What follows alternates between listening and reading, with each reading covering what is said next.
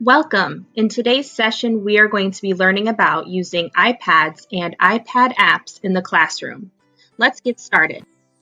By the end of this session, you will be able to recall why apps are an important and necessary tool in today's classroom, recognize different iPad apps that support student instruction as well as classroom management, and successfully implement the use and management of iPads and apps in the classroom. Before we continue, let's take a minute to reflect. If you're alone, feel free to jot down your thoughts, but if you're in a group, do a quick turn and talk or a share out on the following questions. Do you currently use iPads and apps in your classroom? Why or why not? And how do you think that technology impacts education and student achievement? The needs of our students are evolving and changing. Technology is playing a huge role in this shift. iPads are a very user-friendly way to access many EdTech tools, including apps. The word app is short for application and refers to a piece of software that can run on a phone, tablet, or other electronic device. Apps may or may not require an internet connection to work. There are many apps available and many that can support instruction and learning in your classroom. Many educational apps for kids are presented like a game, making them fun and engaging. Now, let's take a look at 10 important benefits of using apps in the classroom. The first benefit is engagement. Students interact on a higher level with their learning with apps and therefore are more engaged. And higher engagement equals higher achievement.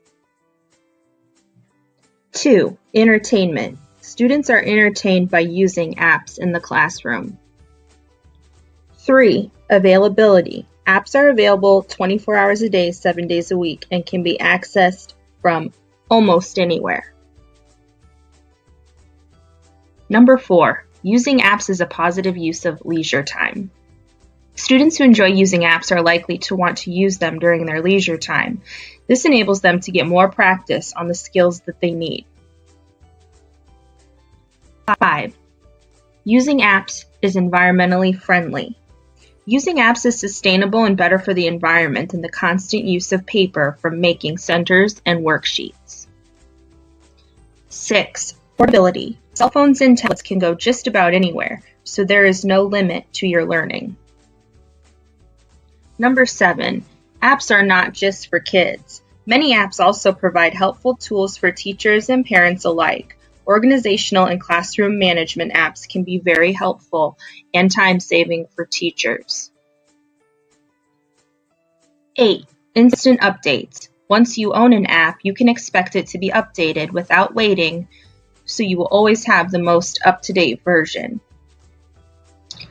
9. Progress monitoring. Many apps allow you to see your students' progress and use of time on the app. And finally, number 10, differentiation. Many apps allow specific differentiation for students in a very easy and sometimes instant way. This helps your students receive the instruction and practice they need while also being considerate of teacher planning time. Now, let's visit Christina Kellogg's first grade classroom to see the how and why behind iPad use in her first grade class. This year has given me the opportunity to research and to find different applications that are available to help differentiate my instruction for each child. And actually, I'm able to individualize the instruction for each child. I'm able to track their achievements. I can assign certain students to do certain tasks, and I can see the data that occurs after they complete the task. I can see how successful they were or not successful. And that has given me more opportunity to help them. Now it's time to reflect. Turn and talk to your partner about one point that you found most compelling about iPad use in the classroom. Today there are an endless number of apps that are available for use. I suggest spending some time seeing what works and what your students enjoy. New apps are always being made, so don't forget to monitor teacher blogs and personal learning networks to stay on top of what's new and available. To get you started with using apps in your classroom, let's learn about some of the more popular apps available for the elementary school classroom. First up is ABC Mouse. This app offers educational games and activities in many subject areas. ABC Mouse has a small monthly fee to access.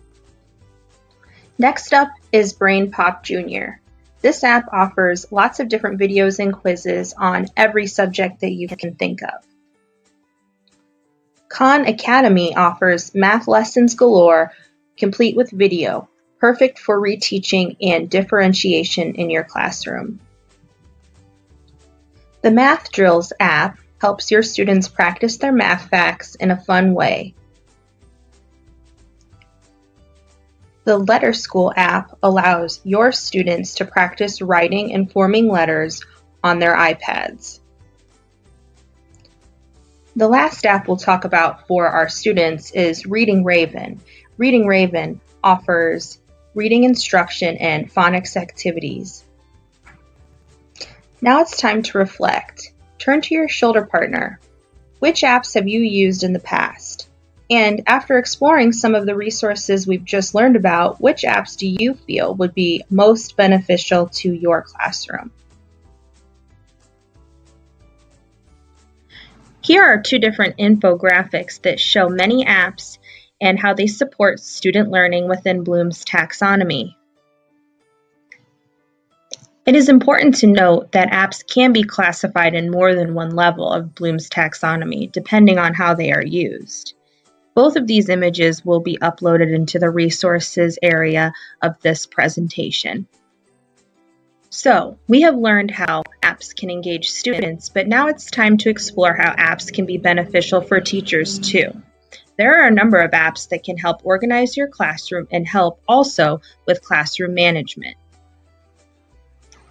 First, we'll talk about TeacherKit. TeacherKit is an app that allows you to make seating charts, record grades, and much, much more, very simply in their app.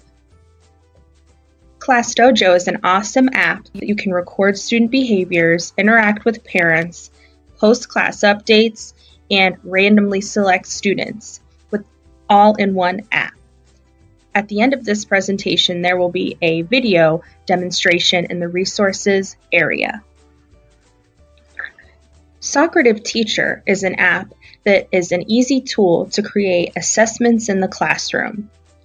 You can create assessments that students take later on, as well as real-time assessments that students take in the classroom. The Remind app allows you to send reminder texts to families and students instantly and easily, and best of all, for free. The Too Noisy app offers a fun way to monitor the volume levels in your classroom.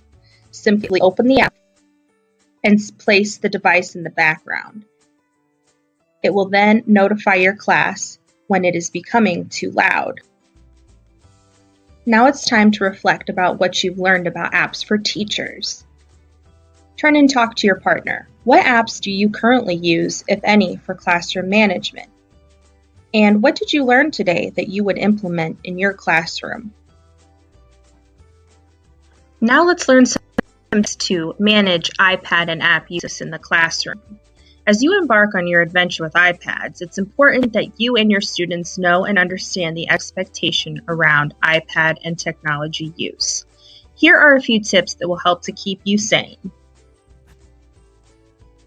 You might consider having an anchor chart in your classroom like this one as a visual reminder to students about how they should treat iPads. Make your iPad time a privileged time to encourage positive behaviors. Always incentivize iPad and technology use. And remember to always narrate the positive to get the best results. With technology use, student safety is always a number one priority. Locking an iPad into an app is an excellent way to ensure the approved app isn't closed and that the iPad isn't navigated elsewhere. At the end of this presentation, I will include a link to a short video tutorial on how to lock an iPad into an app. Today we have learned why apps are important, gotten many resources of different apps, and got tips for managing this technology in our classrooms. Now it's time to reflect one more time. Please write down your 3 biggest takeaways from this session. Then share one with your shoulder partner. Thanks for watching.